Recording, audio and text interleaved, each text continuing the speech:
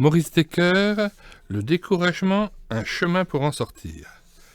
Deuxième partie, du désespoir à l'espérance, en marche vers la guérison.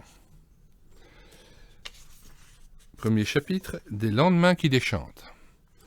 Ce qui est arrivé le vendredi 12 septembre 1997 à Bogota, capitale de la Colombie, mérite d'être médité. Depuis quelque temps déjà, la police encerclait un édifice dans lequel les preneurs d'otages s'étaient retranchés avec leurs victimes. Ce jour-là, les ravisseurs regardaient un match de football à la télévision tout en continuant à surveiller les alentours. Subitement, tous sans exception bondirent de joie et se congratulèrent chaleureusement. Leur équipe favorite venait de marquer le but de la victoire. Les policiers à l'affût profitèrent de ce moment de liesse pour faire sauter la porte d'entrée et maîtriser ces sinistres gardiens dont la vigilance déjà relâchée, s'était subitement envolée. En l'espace de quelques minutes, l'allégresse de la victoire avait totalement disparu, rapidement remplacée par l'amertume d'une cinglante défaite par surprise. Méfions-nous des vapeurs d'encens qui émanent de nos victoires, fumée alanguissante qui enivre l'esprit et l'expose fortement au risque de plonger rapide dans les marais de la déprime. Après le Carmel, la gamelle.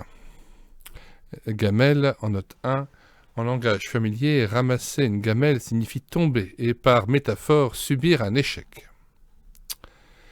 À l'heure où nous nous enfonçons dans le désert de Juda pour y retrouver Élie, effondré sous un genêt. Abattus, accablés, prostrés, nous nous souvenons de la confrontation mémorable entre le prophète solitaire et les 450 prophètes de Baal au mont Carmel. Cela s'est passé juste avant que le grand craque. Nous l'avons vu rétablir l'autel de l'Éternel qui avait été renversé par les idolâtres. Nous avons assisté à la descente impressionnante du feu de l'Éternel et à la mise à mort de tous les faux prophètes.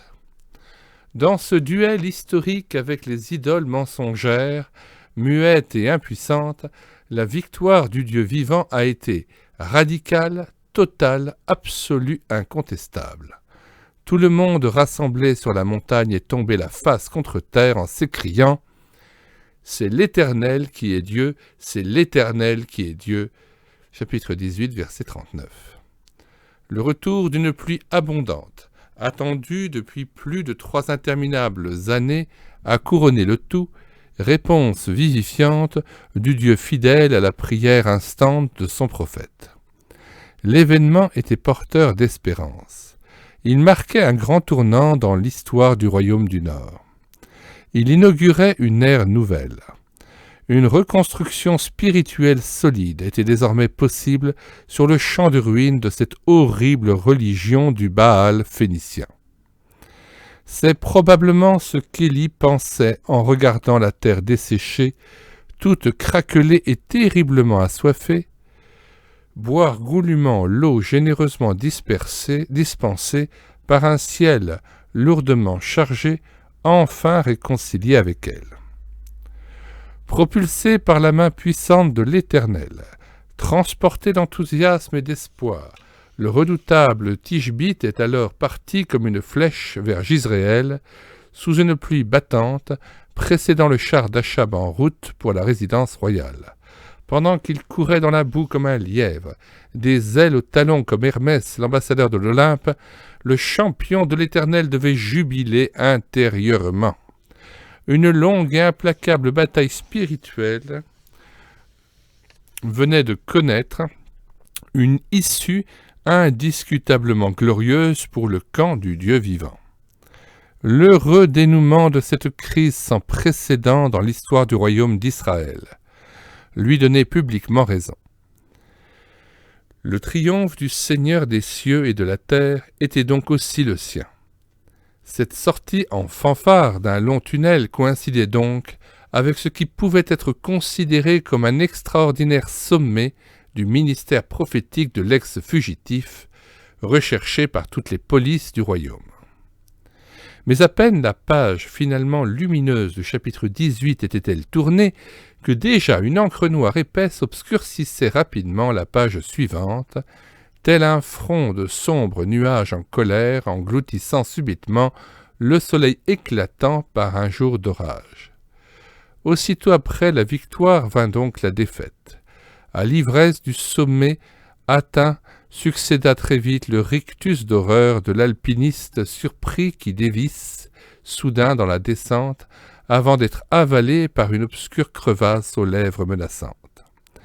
Les accents victorieux de la fanfare furent brutalement étouffés par le glas lugubre et pesant d'une marche funèbre. Je me souviens comme si c'était hier de cette magnifique excursion dans le massif du Mont-Blanc qui nous a valu des moments inoubliables sur la plateforme aménagée de l'Aiguille du Midi à quelques 3800 mètres d'altitude. Émerveillés, mon épouse et moi dévorions de nos yeux écarquillés ce paysage féerique de neige et de glace, troué par 1000 aiguilles de roches sombres et torturées. Notre petite Myriam gazouillait, confortablement installée sur le dos de son papa. Hélas, il a bientôt fallu s'arracher à cet univers spectaculaire, étincelant d'une blancheur immaculée, pour redescendre dans la vallée de Chamonix. À mi-parcours, nous avons emprunté un chemin rocailleux traçant des lacets à n'en plus finir, dans l'herbe verte des pâturages. Nous étions encore ivres de l'air vivifiant des hauts sommets quand l'accident est arrivé sans crier gare, comme par traîtrise. Tina, fatiguée, a lourdement chuté au moment où nous nous y attendions le moins. Par bonheur, à notre grand soulagement, il y eut plus de peur que de mal. Après l'extase et la griserie du sommet, l'atterrissage fut plutôt brutal. L'ivresse d'une expérience inoubliable alliée à l'inévitable fatigue engendrée par une telle excursion avait sérieusement émoussé notre vigilance. Tombés amoureux d'un point culminant à la beauté sans pareille, nous avions relâché notre attention, si bien qu'à l'heure stratégique de la descente, nous étions plus vulnérables que jamais. Après la bénédiction, le lion. Nous ne devrions jamais oublier que lorsque Dieu nous accorde une victoire, un autre connaît la défaite, le diable qui rôde comme un lion rugissant, cherchant qui dévorer, 1 Pierre 5,8. Tapis au détour du sentier, juste en dessous du sommet, il nous guette, nous sachant quelque peu grisés, éblouis, relâchés dans notre vigilance, donc particulièrement fragiles et vulnérables dans ce retour délicat vers la vallée. Ce n'est pas pour rien qu'il est dit dans la bénédiction de l'Éternel que l'Éternel te bénisse et qu'il te garde. Nombre 6, 24. Nul n'a plus besoin d'être gardé par Dieu que celui qui est béni de Dieu. À chaque bénédiction spéciale de Dieu, l'ennemi cherche une réplique. Et pendant que sur la montagne l'Éternel fait voir à Moïse la demeure qu'il désire posséder pour vivre au milieu du peuple, l'ennemi entraîne ce peuple dans l'idolâtrie et lui procure un veau d'or. Exode 32. Il n'est pas une bénédiction qu'il ne cherche à souiller de sa main. C'est pourquoi, prends garde aux bénédictions reçues. G. Steenberger, Petite Lumière, Mission Prière et Réveil, 1952, page 97. S'adressant à l'église d'Éphèse, l'apôtre Paul aborde le thème du combat spirituel des croyants contre les esprits du mal dans les lieux célestes, Éphésiens 6, 10 à 20. Les exhortant à revêtir toutes les armes de Dieu afin de pouvoir tenir ferme contre les manœuvres du diable, il ajoute une petite précision d'une grande importance. Afin de pouvoir résister dans le mauvais jour et tenir ferme après avoir tout surmonté, verset 13. Après avoir été victorieux en tout, est une autre traduction possible. Cette remarque peut être comprise de plusieurs manières, dont une entre aisément dans le cadre de notre présente réflexion. Paul n'est pas sans savoir qu'une des manœuvres du diable consiste à s'intéresser spécialement au croyant qui a tout surmonté. Ce dernier croit que le mauvais jour, qui n'en finissait pas de s'éterniser, est enfin terminé et pousse un ouf de soulagement. En puisant sa force dans le Seigneur, il a résisté aux assauts successifs de l'adversaire et a gagné une série de batailles. Au paroxysme d'un long combat a correspondu une victoire culminante. L'exaltation du triomphe pointe alors le bout de son nez, et avec elle le relâchement de la vigilance, dont l'ennemi profite aussitôt pour attaquer de plus belle. On comprend donc d'autant mieux pourquoi l'apôtre insiste sur le devoir de tenir ferme et de résister en tout temps et jusqu'au bout. Et il n'hésite pas à se répéter pour enfoncer le clou en utilisant ces verbes à 4 reprises dans les versets 11 à 14. Après avoir combattu jusqu'à la fin, il faut encore continuer à tenir fermement notre position. Après aujourd'hui, la nuit. Il y a déjà bien des années de cela, mon attention avait été attirée par une petite locution mentionnée dans plusieurs récits de l'Ancien Testament. Après ces choses, ou après tout cela. C'est après qu'Abraham fut revenu vainqueur d'une bataille contre une coalition de rois qui s'était emparée de son neveu Lot, que le roi de Sodome sortit à sa rencontre pour le pousser au compromis. Genèse 14, 17 à 24. C'est juste après une cascade de riches bénédictions que Joseph eut à subir les assauts diaboliques et opiniâtres de la femme pervertie de son maître, l'Égyptien Potiphar, chambellan du Pharaon et commandant des gardes. Genèse 39, 1 à 20. C'est après le miracle de la farine et de l'huile qui ne s'épuisait pas sur le toit de la veuve de Sarepta que son fils unique tomba subitement gravement malade et mourut. 1 Roi 17, 8 à 17. C'est après les actes de fidélité du roi Ézéchias, dans le contexte d'un réveil spirituel bouleversant au sein du royaume de Juda, que Sanchérib, roi d'Assyrie, pénétra en Juda et envisagea d'attaquer Jérusalem. 2 Chroniques 32, 1 à 2. C'est après que le bon roi Josias eut restauré le temple de Jérusalem et célébré solennellement la Pâque en l'honneur de l'Éternel, que les flèches des archers de Nécho, roi d'Égypte, le blessèrent à mort dans la vallée de Megiddo. 2 Chroniques 35, 20 à 24. Nous pourrions multiplier les exemples qui jettent un éclairage édifiant sur le contenu et l'ambiance des lendemains de victoire. Aujourd'hui, Israël s'empare de Jéricho et laisse éclater sa joie. Demain, le peuple sera consterné et perdra courage après la défaite d'Aï. Josué 6, 7. Aujourd'hui, Gédéon remporte une grande victoire contre les Madianites. Demain, il se fera piéger par Satan en fabriquant un éphod d'or, l'objet d'un culte idolâtre qui plongera tout Israël dans la prostitution spirituelle. Juges 7 à 8. Aujourd'hui, la fronde et l'épée d'un humble berger, fort et vaillant nommé David, terrasse Goliath, le géant philistin. Demain déjà, le roi Saül, dévoré de jalousie, lèvera sa lance pour le clouer contre une paroi. 1 Samuel 17 à 18. Aujourd'hui, le grand roi David est au sommet de sa gloire. Il engrange les succès sur le champ de bataille et l'argent sur son compte en banque.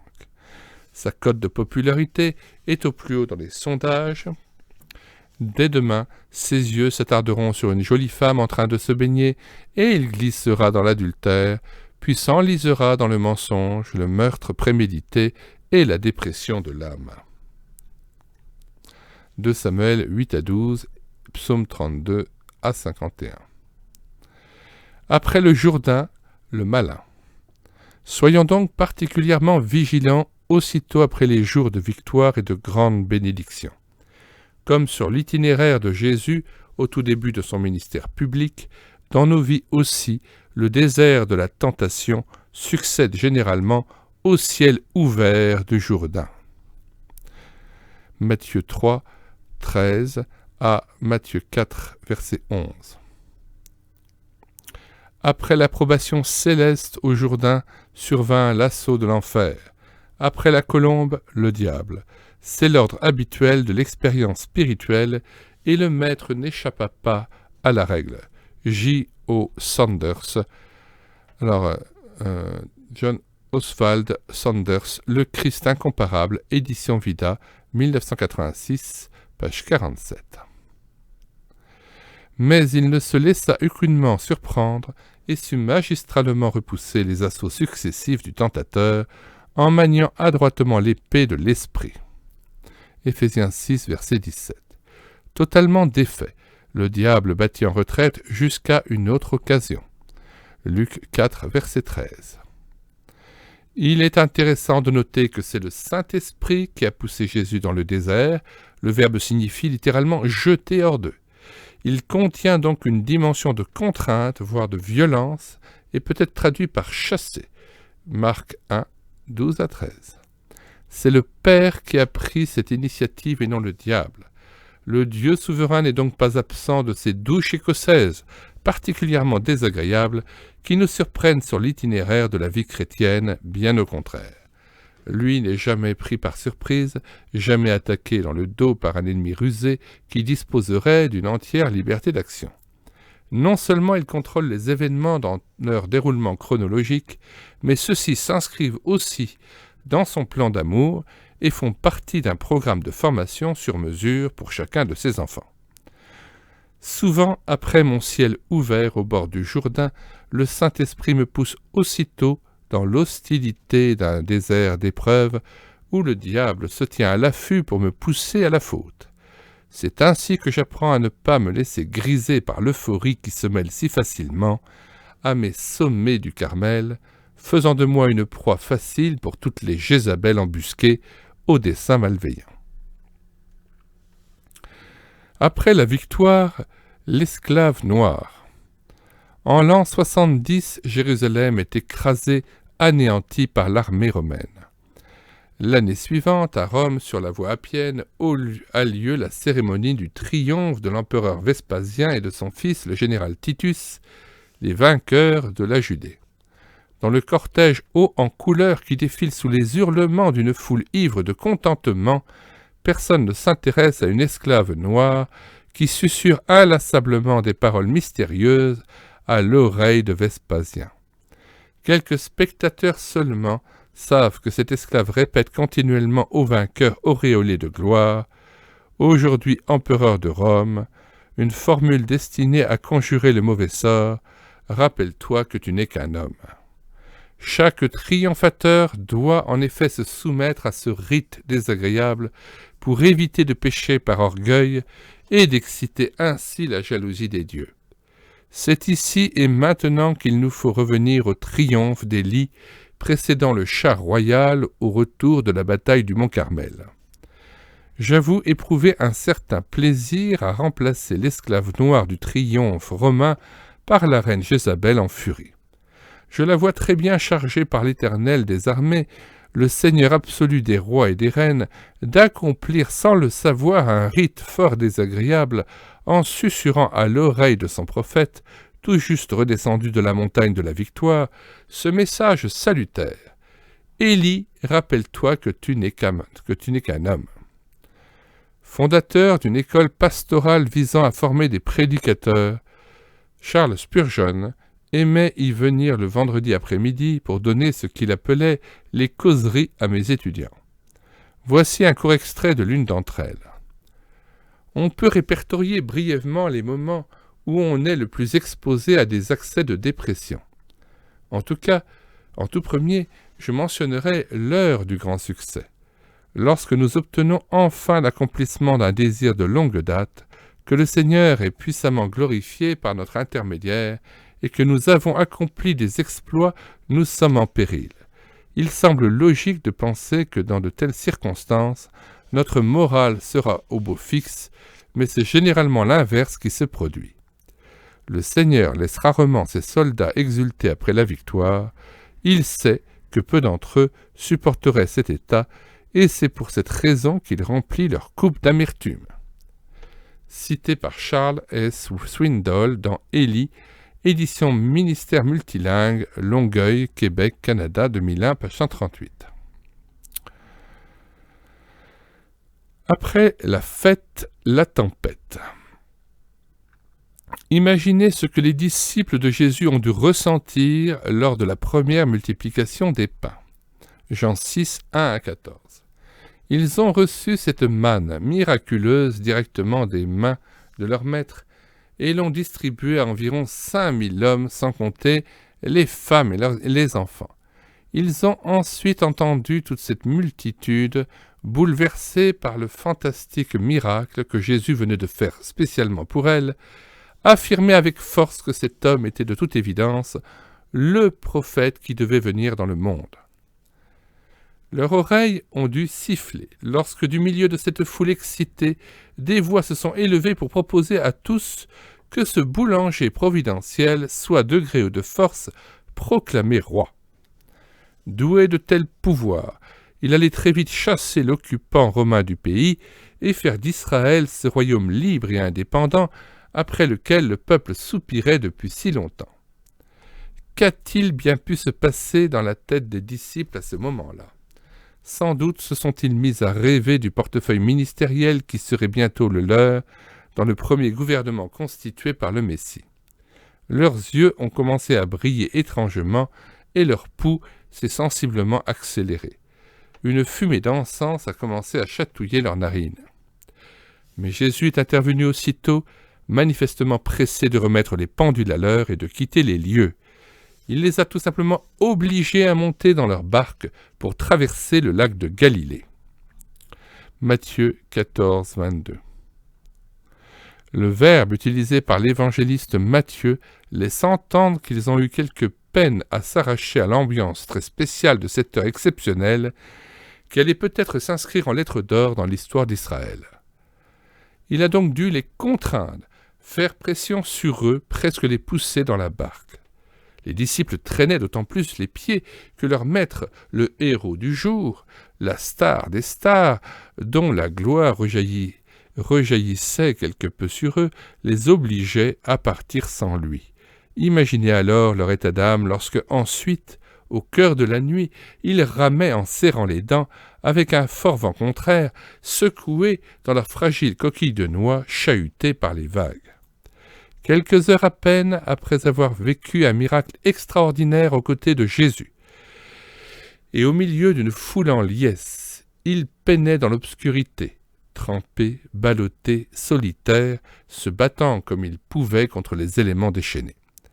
Aussitôt après la fête, la tempête, aussitôt après la joie, l'effroi. Quelle douche écossaise! N'y avait-il pas de quoi être découragé? Et qui les avait mis dans cette triste situation? N'était-ce pas leur maître qui les avait pressés de monter dans la barque et de partir sans lui? Ils ne savaient pas que Jésus contrôlait parfaitement la situation et que la tempête après la fête faisait partie du programme de formation du vrai disciple. À l'écart, seul sur la colline, Jésus priait. Je suis persuadé qu'il présentait aussi chacun d'entre eux au Père, alors qu'ils suivaient leur combat contre les vagues et le vent. Ils ramèrent ainsi pendant presque toute la nuit, et de plus en plus épuisés, exténués par cette lutte incessante et usante. Enfin, il descendit de la colline et se dirigea vers eux en marchant sur les eaux. Simon-Pierre découvrit alors, d'une manière très concrète, qu'il était capable de marcher et d'avancer sur les eaux tumultueuses des épreuves de la vie, à condition de fixer continuellement ses yeux sur Jésus. Mais comme Élie, après quelques pas triomphants, il lâcha la bride à son regard qui se mit à décrocher du maître. Ses yeux aux pupilles dilatées furent capturés comme hypnotisés par les éléments déchaînés, la peur tordit ses entrailles et il commença à couler vers le fond. À son appel au secours, saturé d'angoisse et de terreur, répondit aussitôt son fidèle sauveur, débordant de grâce et de compassion. Il étendit sa main solide et ferme qui allait bientôt être percée par la méchanceté des hommes. Elle devint une ancre sûre de salut et d'espérance pour le naufragé qui put s'y agripper. Tous deux montèrent dans la barque et le vent cessa. Matthieu 14, versets 23 à 32 et Marc 6, 42 à 52. C'est toi qui domines l'orgueil de la mer. Quand ces vagues se soulèvent, c'est toi qui les apaises. Psaume 89, verset 10. Des événements heureux se produisent, remercions Dieu, mais n'y attachons pas notre cœur. Si le bonheur disparaît, remercions Dieu de l'avoir lui-même ôté et continuons à bénir son nom. Apprenons à tout supporter. Celui pour qui tout vient selon la volonté de Dieu possède une grande stabilité. La tempête ne le secoue pas, car l'ancre solide de sa foi en la providence lui permet de surmonter la tempête quand d'autres se laissent emporter. Charles Spurgeon. Note 22. Charles H. Spurgeon, La grâce aux 1000 facettes, édition Europresse 1992, page 109. Après l'extase, l'atterrissage. Plus tard, les disciples Pierre, Jacques et Jean ont vécu des moments célestes et sublimes en compagnie de Jésus sur la montagne de la Transfiguration. Mais malgré le désir intense qu'avait Pierre d'y dresser 3 tentes pour prolonger au maximum cette expérience extraordinaire entre ciel et terre, elle ne pouvait durer indéfiniment. Il a bientôt fallu redescendre de cette haute montagne pour se frotter très rapidement aux dures réalités de la plaine, au brouhaha de la foule, aux souffrances cruelles d'un enfant lunatique sous l'emprise d'un démon, aux supplications d'un père au cœur brisé, à un douloureux constat d'échec lié à l'incrédulité. Matthieu 17, 1 à 21. Ça n'a pas dû être facile pour les 3 privilégiés. Leur changement d'état d'âme entre la montagne et la plaine me fait penser à mes retours de voyage outre-mer lorsque mon avion fonce vers un des aéroports parisiens où je débarque habituellement à l'aube d'une nouvelle journée.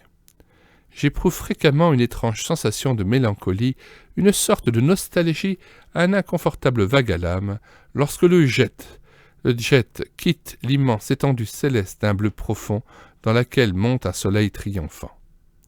Jusqu'au dernier instant, j'ai rassasié mon regard et mon cœur de cette douce et mystérieuse beauté, de la voûte azurée percée d'un globe d'or incandescent.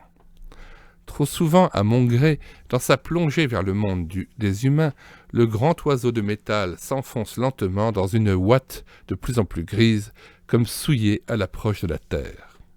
Cette ouate se déchire, s'effiloche, et l'avion finit par déboucher dans une clarté blafarde et polluée qui révèle un spectacle bien peu enthousiasmant. Des bouchons succèdent aux bouchons sur des routes encombrées, des maisons succèdent aux maisons à perte de vue, et tandis que l'avion se pose bruyamment sur la piste, mon esprit est contraint de revenir aux réalités incontournables de la vie ici-bas. Satan sait profiter du phénomène de malaise qui fait partie du retour à l'ordinaire après les heures sublimes passées sur la montagne. Une sorte de sensation de vide et de platitude s'installe peu à peu, comme un brouillard qui descend et s'insinue partout. Tout apparaît fade et gris. J'aimerais tant pouvoir préserver et prolonger le climat, l'ambiance, les émotions du sommet, mais c'est tout aussi impossible que d'empêcher la neige de fondre lorsqu'un fort redout vient chasser la froidure hivernale. Et lorsqu'on a tendance à vivre sur ses sentiments, à faire de ses émotions, de ses impressions, de tout ce que l'on ressent, le baromètre de son état de santé spirituelle, on est très vulnérable durant cette phase d'atterrissage et de retour brutal et bruyant sur le plancher des vaches. Il suffit alors de très peu de choses pour que le moral plonge et que la fausse culpabilité et le découragement s'installent. Il importe donc tout d'abord que je sois lucide sur moi-même et que je prenne conscience de ma vulnérabilité lors du retour à la normale. Chaque fois que je passe par une période d'exaltation, je sais ce qui m'attend. D'ici quelques heures, le découragement s'emparera de moi. Si l'aiguille de la balance s'écarte trop à droite, elle basculera certainement à gauche. Charles Spurgeon. Si je sais ces choses, je veillerai alors à me prémunir contre le risque de la déprime. Et durant cette période désagréable, il est très important de ne surtout pas s'écouter, de ne pas regarder son nombril et de résister fermement aux insinuations mensongères du diable. Je suis appelé à marcher par la foi dans le Christ vivant, qui ne change pas, et non par la vue sur mes sentiments fluctuants. 2 Corinthiens 5:7. Je répète, je suis appelé à marcher par la foi dans le Christ vivant, qui ne change pas, et non par la vue sur mes sentiments fluctuants. Dans son livre intitulé « Cap sur le but », Georges Verwer, fondateur d'Opération Mobilisation, cette dynamique entreprise missionnaire internationale, nous livre ce témoignage honnête et encourageant. Contraignez-vous dans votre vie personnelle et dans votre vie d'église à marcher davantage par la foi et moins par la vue et selon les sentiments. Je suis moi-même terriblement esclave de mes émotions. Au cours d'une même journée, je peux passer plus de 25 fois de la joie à la tristesse, de l'exaltation à l'abattement. J'ai estimé devoir traiter mes sentiments sans complaisance et dominer mes réactions primaires et spontanées. Ce n'est pas chose facile, mais la récompense en vaut la peine. Georges Verwer, Cap sur le but, édition Farel, 1986, page 142. Après Mondovi, Lodi, Rivoli. Du triomphe à la chute, il n'y a qu'un pas. Ainsi s'exprime Napoléon Bonaparte en route pour la campagne d'Italie, 1796 à 1797. Un mois plus tard, il dicte à son aide de camp la proclamation que les officiers devront lire sur le front des troupes. Elle sera imprimée et distribuée à tous. Soldats, vous avez en 15 jours remporté 6 victoires, pris 21 drapeaux, 55 pièces de canon, plusieurs places fortes, conquis la plus riche partie du Piémont.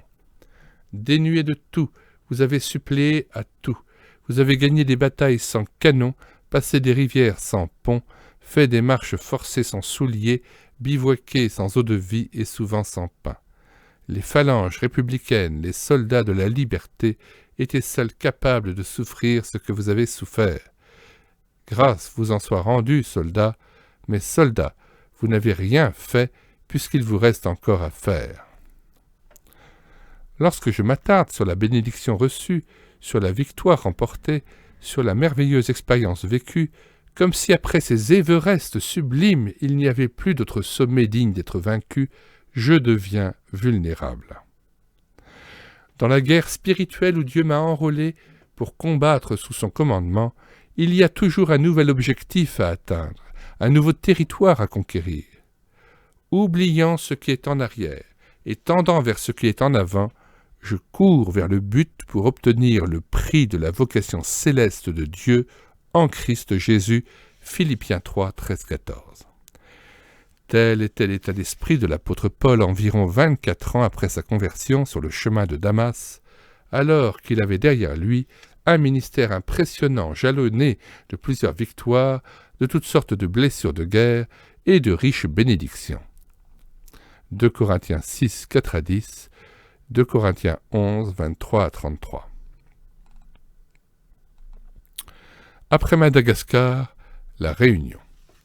Le 6 mai 1984. Je quittais Madagascar où je venais de vivre 15 journées inoubliables. Partout, j'avais été accueilli avec chaleur et enthousiasme. Les 19 conférences bibliques inscrites au programme de ce premier séjour dans la Grande Île avaient été remarquablement suivies par des participants assoiffés, studieux et très attentifs. L'avion m'emportait d'un vol rapide vers l'île de la Réunion, à 1000 km de là, où m'attendait un programme du même calibre jusqu'à la fin du mois. Dans mon esprit, j'avais beaucoup de peine à tourner la page malgache si passionnante pour me concentrer sur l'étape réunionnaise qui allait débuter dans moins de 2 heures. Comment faire pour m'arracher au flot incessant de souvenirs lumineux qui inondaient ma pensée? Dans sa bonté, Dieu avait prévu de m'y aider. J'ouvris un livre de méditation quotidienne pour y lire le texte du jour. Il y était question du célèbre Gordon Pacha, ce général britannique à l'immense popularité qui combattit au Soudan et fut tué à Khartoum en 1885 lorsque la ville fut prise par les mahdistes. Alors qu'il commandait une armée en guerre dans ce pays, il donna à l'un de ses officiers l'ordre de s'emparer d'une imposante forteresse. Et après plusieurs jours de rudes combats, l'officier revint promptement au quartier général. Il entra dans le camp au galop, stoppa sa monture devant le général Gordon, salua et annonça Général, j'ai pris le fort. Calmement, le commandant enchaîna. Allez en prendre un autre. Je compris immédiatement qu'un tel message s'appliquait exactement à ma situation. Dieu s'en servit pour me donner la force de trancher, sans tarder plus longtemps, ce cordon ombilical qui me tenait étroitement attaché au passé. Dans ma tête, des amarres furent rompues et je pus me concentrer sur la nouvelle bataille qui était sur le point de s'engager. Après avoir été utilisé par Dieu de façon spectaculaire sur le mont Carmel, le menu routinier d'un ministère plus ordinaire risquait de paraître bien fade pour les papilles gustatives du prophète Élie tout juste redescendu dans la plaine. Sans un nouvel objectif précis à atteindre, le danger d'une démobilisation de l'esprit était grand. Si la réaction violente de Jézabel a surpris et paniqué Élie, Dieu a néanmoins utilisé ce temps difficile au désert pour détourner son regard de lui-même et du passé et pour lui fixer de nouveaux objectifs à atteindre. Nous y reviendrons dans les dernières pages de cet ouvrage.